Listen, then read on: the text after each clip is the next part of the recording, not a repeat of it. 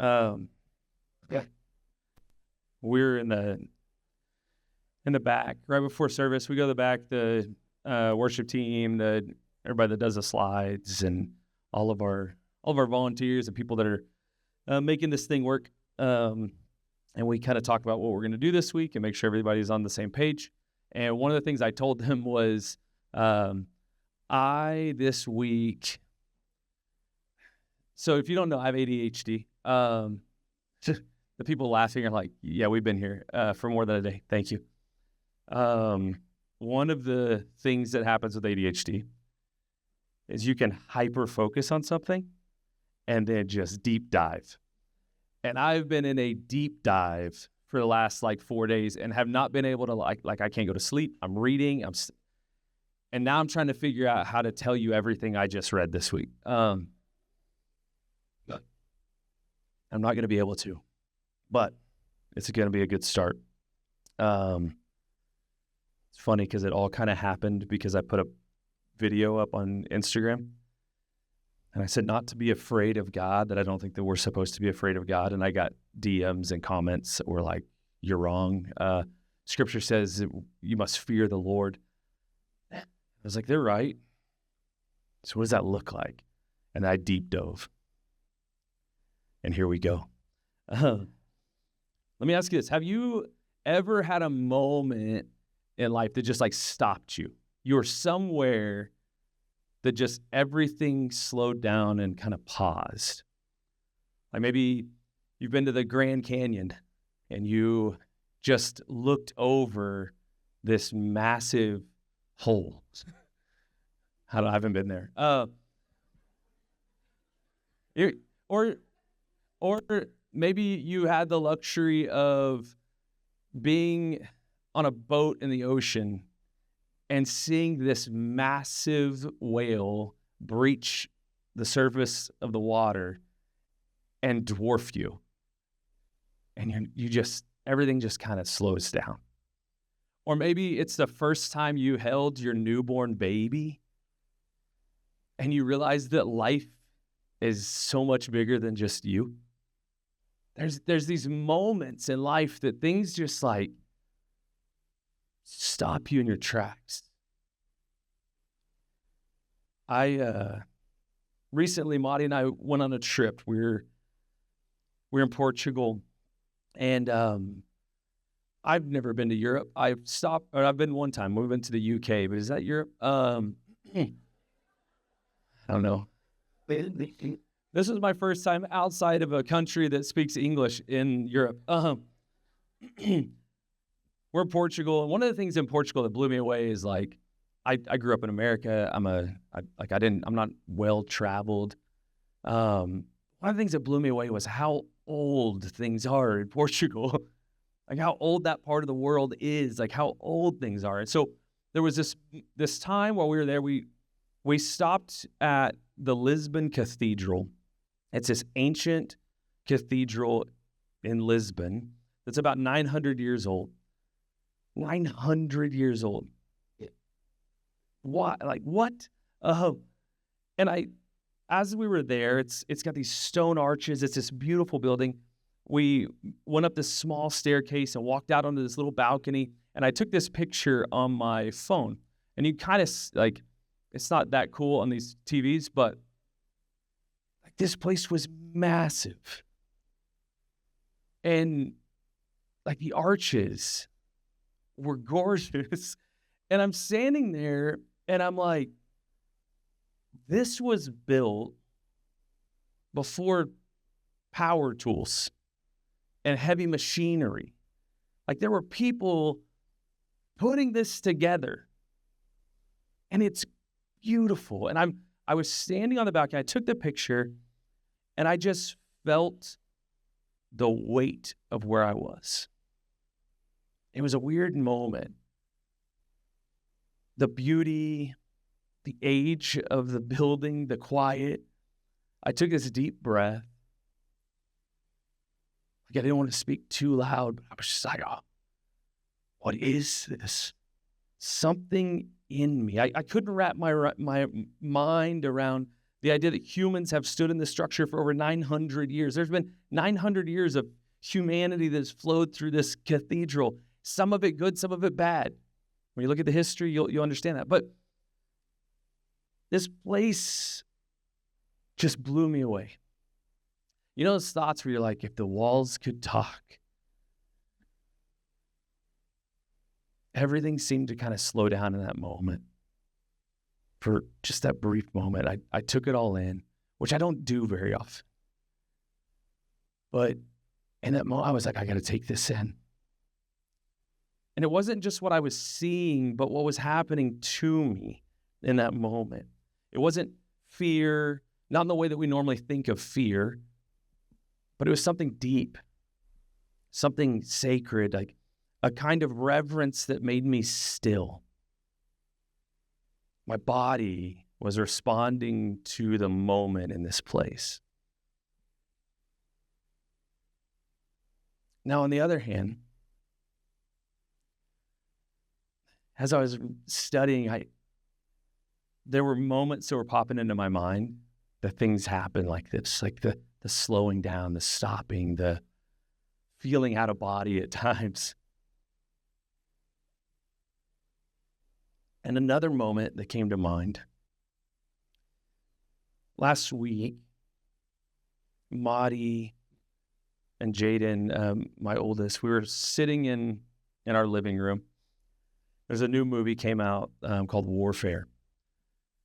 And Warfare is based on an event that happened in Iraq in 2006 when a Marine unit, I think it is, gets attacked. And it's a crazy movie because they took like the memories of these Marines, these soldiers, and they built this movie. There's no soundtrack. You just hear what's happening. It's one of the like closest things I think from what I've seen to the actual experience of being there. And I'm watching this movie with Maddie and Jaden, and I knew that I was going to have a reaction to this movie because I was in Iraq, 2005, 2006, and then 2007, 2008. So I've been there. I was like, Jaden and I were talking. I was like, I know these buildings. I know the sound of the round going past and hitting this building. Some of you in here have been there, and you know what I'm talking about. And there's a moment in the movie where this explosion happens, an IED goes off, and everything in the movie slows down. Just kind of pauses. Everything goes quiet. You kind of go back and forth from different people that are experiencing this thing, and they're just, everything slows down. Everything goes quiet. There's dust. It's hard to concentrate. And as I remember that moment. I remember our unit being hit by a V-bid. This is a vehicle that came in with explosives that exploded. And I remember being knocked to the ground. I remember everything slowing down. Like slow-mo, like everything stopped. Sounds, the entire just life just kind of froze for a minute.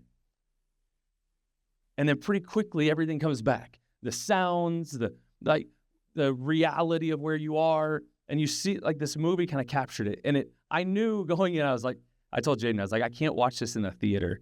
Like I can't, I don't want to be there, but I'll do it at home. And so we did. And I knew there would be like memories. This happened. And I remember it vividly. How it affected how I experienced the world. Even 20 years later, how it affects how I experience the world. A moment that stopped me.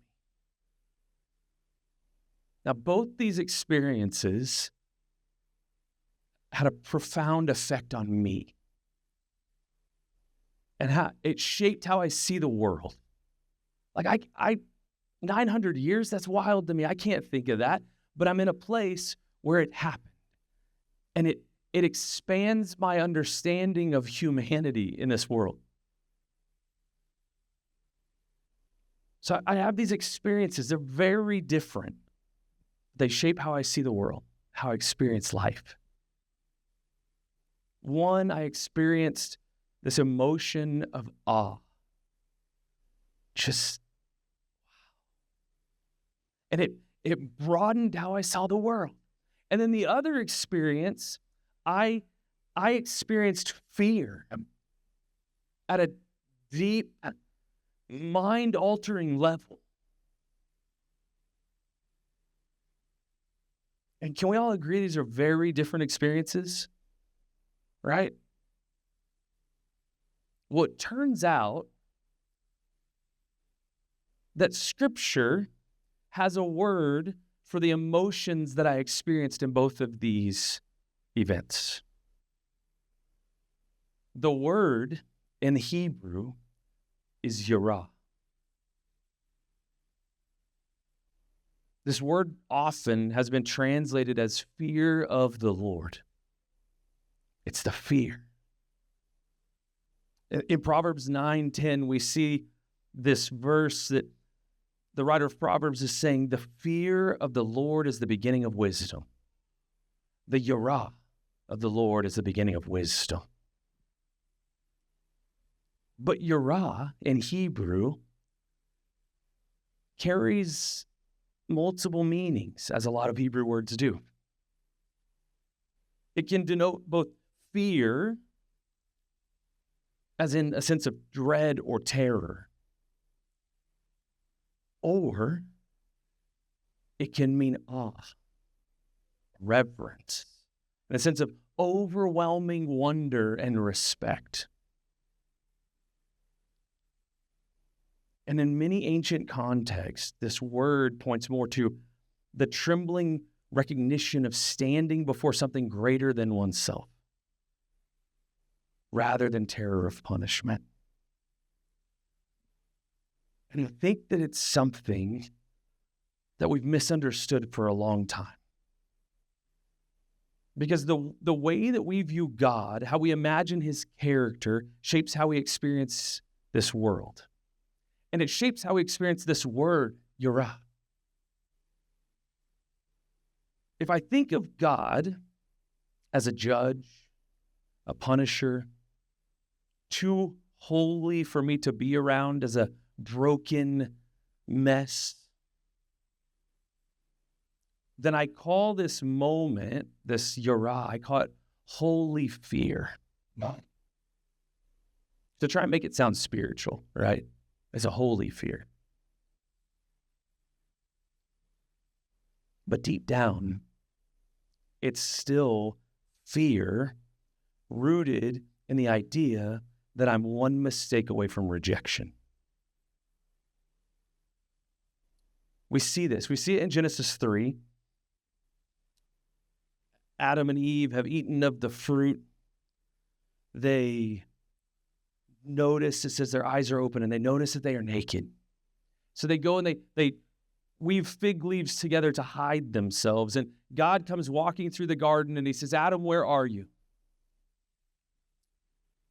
And Adam, who has walked with God in the garden, we know, like Genesis 2, we've seen this. He's walked with God in the garden. He's naked walking with God in the garden. But when he ate of the fruit, it says their eyes were open, and he saw that he was naked. And he's hiding, and God says, where are you? And Adam says, I heard you walking in the garden, so I hid. I was afraid because I was naked. This word afraid that's used here is a derivative of yirah. He is afraid. He's experiencing fear. Now, again, this word can mean different things. But in this moment, Adam is experiencing terror, fear. How do we know that? Because he's hiding from God. So Adam's view of God and their relationship in his mind had shifted when he ate of this fruit, the knowledge of good and evil.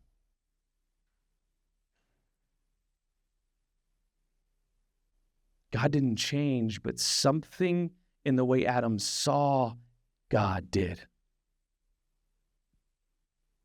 I think a lot of our theology has been rooted in a Genesis 3 mindset. That we have to hide who we are from God.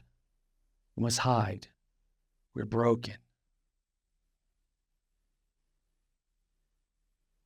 in John Bevere's book recently, he wrote a book called The Awe of God, which I was like, oh, sweet. This is what I'm into right now. I'm really studying. And I started looking at it. I was like, oh, he's not talking about awe. He's using the word with the idea of holy fear as his definition of awe. And in reality, it just means being afraid of God's holiness. And as he says it, being so afraid of being away from God that I will obey him. Because if I don't, he won't be with me. It's a fear. And in any relationship that you have, if that's why you're in it, we would all say, that's a red flag. And it's trauma-inducing. But somehow, because we place the word holy on God, we say, oh, we must be fearful. So we don't want to make Dad mad. But here's the thing. A God who is complete in love, who is love, who lacks nothing, who gives love without condition. That's not a God who demands your fear. Not a God that wants obedience out of fear of being pushed away. That's not heartfelt obedience. That's not real relationship. That's manipulation. And frankly, it is spiritual trauma. Now, if we step back and we take a look at Proverbs 9:10, the verse that says, the fear of the Lord is the beginning of wisdom. First off, do we really think fear leads us to wisdom? No. I was so scared. I'm so wise now. But if we read this in better context, like the awe of the Lord is the beginning of wisdom, it shifts this whole thing. Look at this verse in the Passion Translation. It says this. It's the same verse, 9:10, translated like this. The starting point for acquiring wisdom is to be consumed with awe as you worship Jehovah God. To receive the revelation of the Holy One, you must come to the one who has living understanding. Very different than I'm afraid. Because I'm in awe of this God that is love. I can't even grasp how good this God is.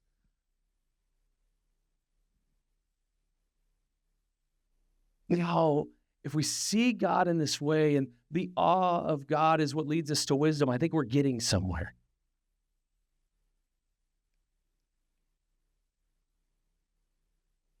Use my examples. Or maybe think of your own. Trauma rewired how I saw the world. When I experienced this explosion and this moment where everything slowed down, everything happened, the trauma of that, the fear of that rewired my brain. It disconnected me from the world around me. We know this. Like, science tells us this. Lots of therapy tells me this.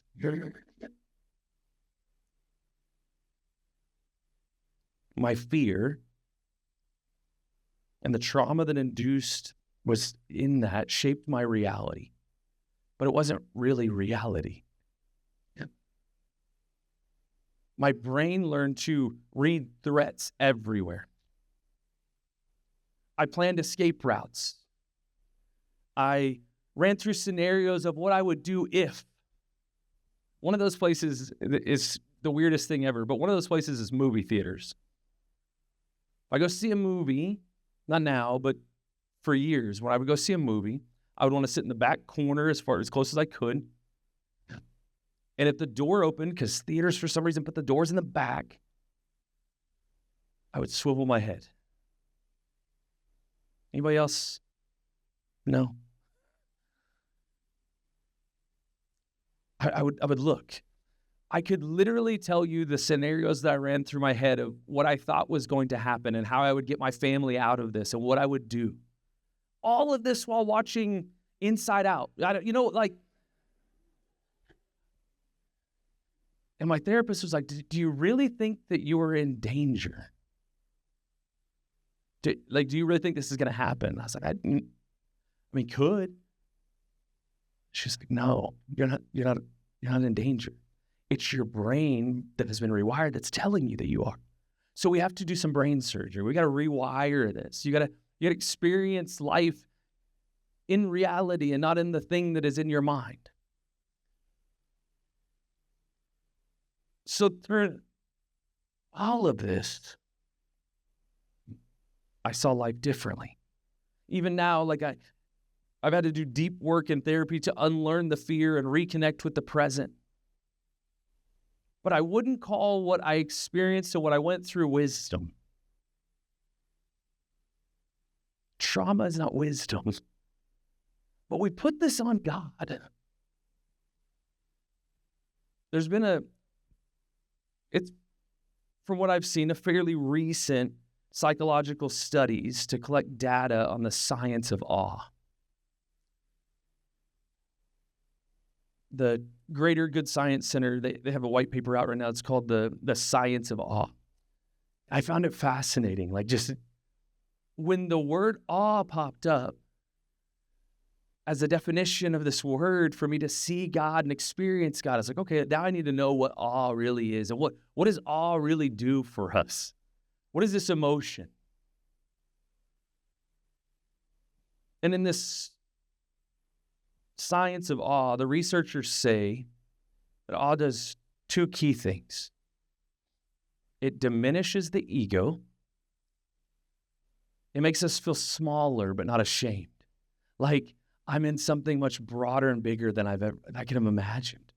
I'm in a place where somebody lived or has walked 900 years before me. It expands everything and it deflates the ego, diminishes it. And then two, it increases connectedness. It helps us feel part of something bigger. It makes us more compassionate and generous. This is the definition of the science of awe. That it diminishes the ego and it connects us. It makes us feel like we are more connected and not just focused on me, on my survival, on my growth, on my whatever I can do for me. It opens it up for connectedness. So it's not about being afraid. It's about being blown away. It's not about fearing a God who's waiting to catch you in disobedience. It's about experiencing God who is love, and his love is so vast that it leaves you in wonder. How, God? How can you love like that?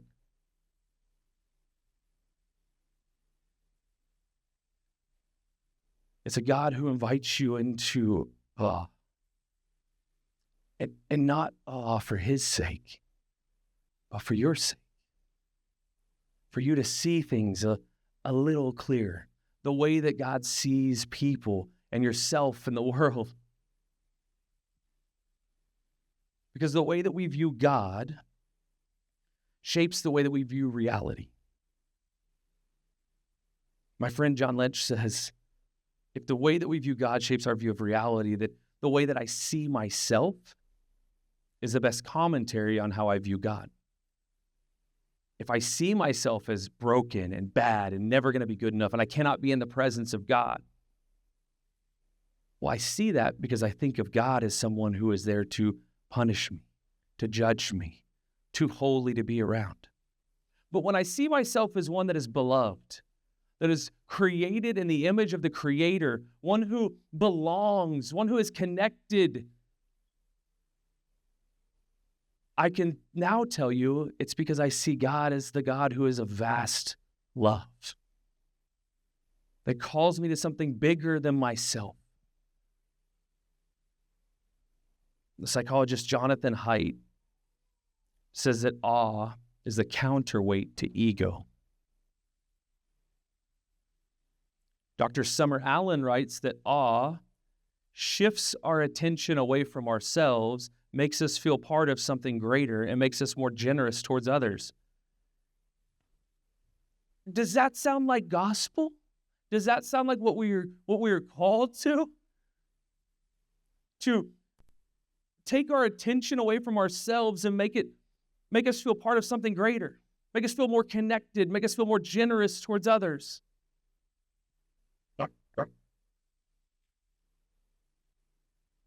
I didn't put it in here, but I'll tell you this. One of the studies on this right now is talking about how the experience of awe, it diminishes narcissistic behavior and thinking. We might need some of that right now. And one of the cool things that the science place at UC Berkeley, greater science something. Psychologist, his last name's Keltner. He's kind of one of the foremost researchers on this science. They've done this thing where they've taken veterans with PTSD and they take them out into the wilderness and into a river and they let them fish. That's it. Just get out into nature and fish. And they study what happens and how this moment of experiencing like the beauty of nature, the awe that they experience begins to heal them, begins to rewire their brains from the trauma that wired them to think that I should be afraid, that I should be scared, that I should interact in this world in a way that I'm protecting myself. It begins to rewire it. Because when you're in nature like that, have you ever been there? Like you're like, how does this exist? God, how did you do this? We've lost this, a lot of us. And it's because we're so busy in this race of life. We're really honest, is very self-focused. How can I do better? All of us. I mean, that's not a dig. That's just the culture that we live in and what we've been taught. I don't go to the woods, but apparently I should. No. Brittany's always like, we should go on hikes. No, why?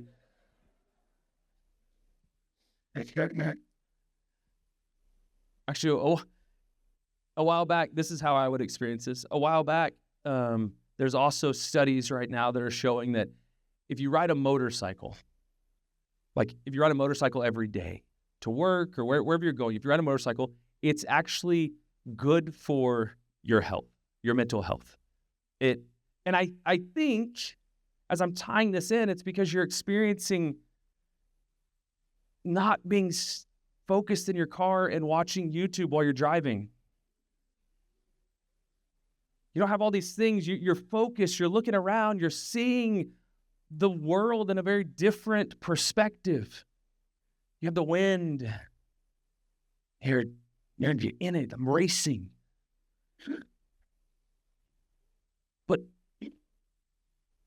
like, here's what I'm loving about these ideas. That we have data and science, like psychology, that shows us what is healthy for people and what makes a whole person, what makes you see life and experience life in a better way. And it all points back to this experience of awe.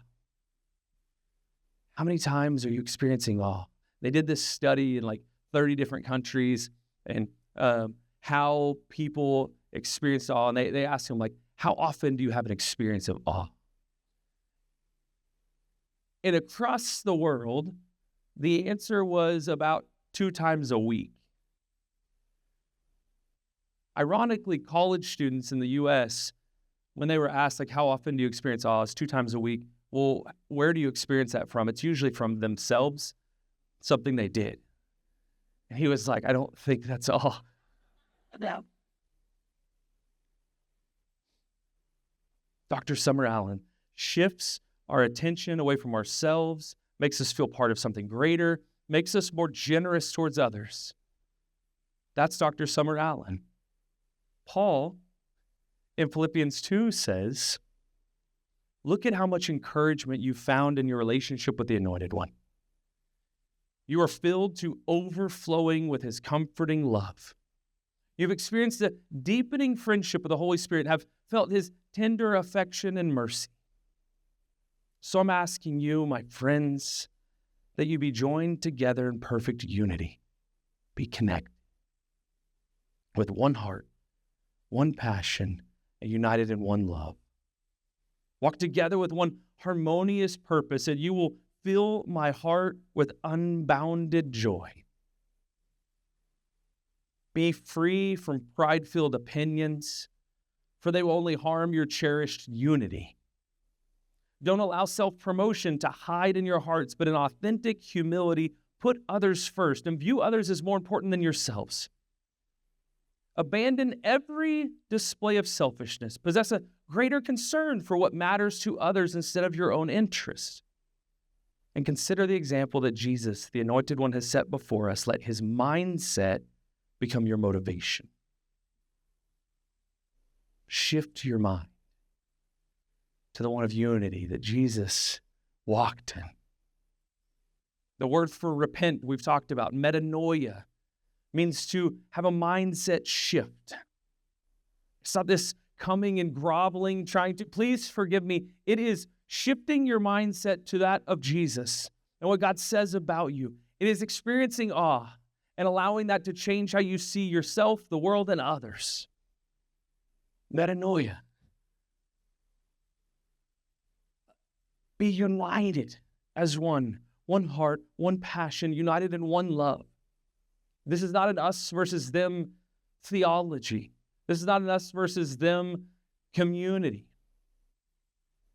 This is how do we love well? No matter who you are, where you are, how do we love you well? Paul says later, right after all of this in the first part of Philippians, this is another verse that gets tossed out, put up like, oh, what about this one? Paul says in Philippians 2:12 to work out your salvation with fear and trembling. We've heard this, right? He's not talking about terror of God. That would be a complete shift from what he's been talking about in this letter to the Philippians. It is taking that verse out and putting your own ideas of God into it. He's talking about standing in awe of the mystery, of the invitation to live as people rooted in love, connected in unity with each other. Look at these verses in Philippians 12, or Philippians 2:12. My beloved ones, this is the Passion. This is how the Passion translates it. Just like you've always listened to everything I've taught you in the past, I'm asking you now to keep following my instructions as though I were right there with you. Now you must continue to make this new life fully manifested. You live in the holy awe of God, which brings you trembling into his presence. This is not a fear trembling. This is that moment you're standing in the ocean and you're looking and you're like, I can't see the end of it. This place is humongous. I'm but a speck. God will continually revitalize you, implanting within you the passion to do what pleases him. Live a cheerful life without complaining or division among yourselves. Paul is still on this unity thing. To live in love, to live united, to have one heart, one passion. Not fear God because you're afraid of him, but bask in the vastness of who God is and what he can do and what he has done and what his love looks like.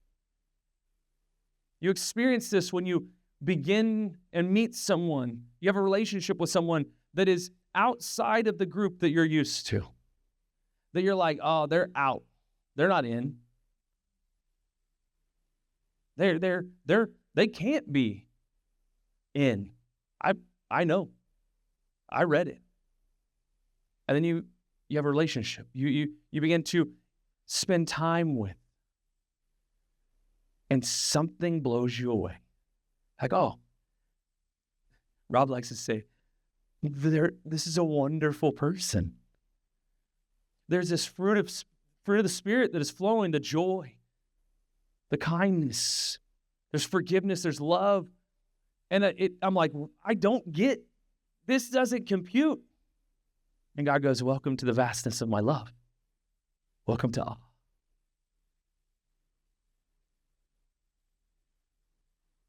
I'm almost done. When John writes in his letter, 1 John 4, because this throws you off, right? Like, fear the Lord is the beginning of wisdom. And then John comes in and says, perfect love, it casts out fear. Which one, John? Why are y'all arguing? It's the same book. Yes. But John's not talking about the kind of fear like awe. He's talking about the fear that makes us hide. The fear rooted in punishment and shame. And he says it, that perfect love casts out fear because fear is about punishment. He's saying you're viewing who God is wrong. Read that part of John, 1 John 4. Read it. Because it goes into exactly what this looks like. Perfect love, it casts out fear, punishment. It's getting rid of the Genesis fear, the fear that Adam had to hide, that he said, I can't be around God, I'm not good enough. John says, no. The perfect love of God casts that out. You are not afraid of punishment. Look at this verse. Through this understanding and lens of awe, instead of fear and terror. Now read this verse. Such love has no fear, because perfect love expels all fear. If we are afraid, it is for fear of punishment. And this shows that we have not fully experienced his perfect love. We love each other because he loved us first. What happens when you experience awe? When you begin to see the world differently? Your ego shrinks. You become connected. You see others before yourself. Or one might say we love each other because he loved us first. We experienced the vastness of his love.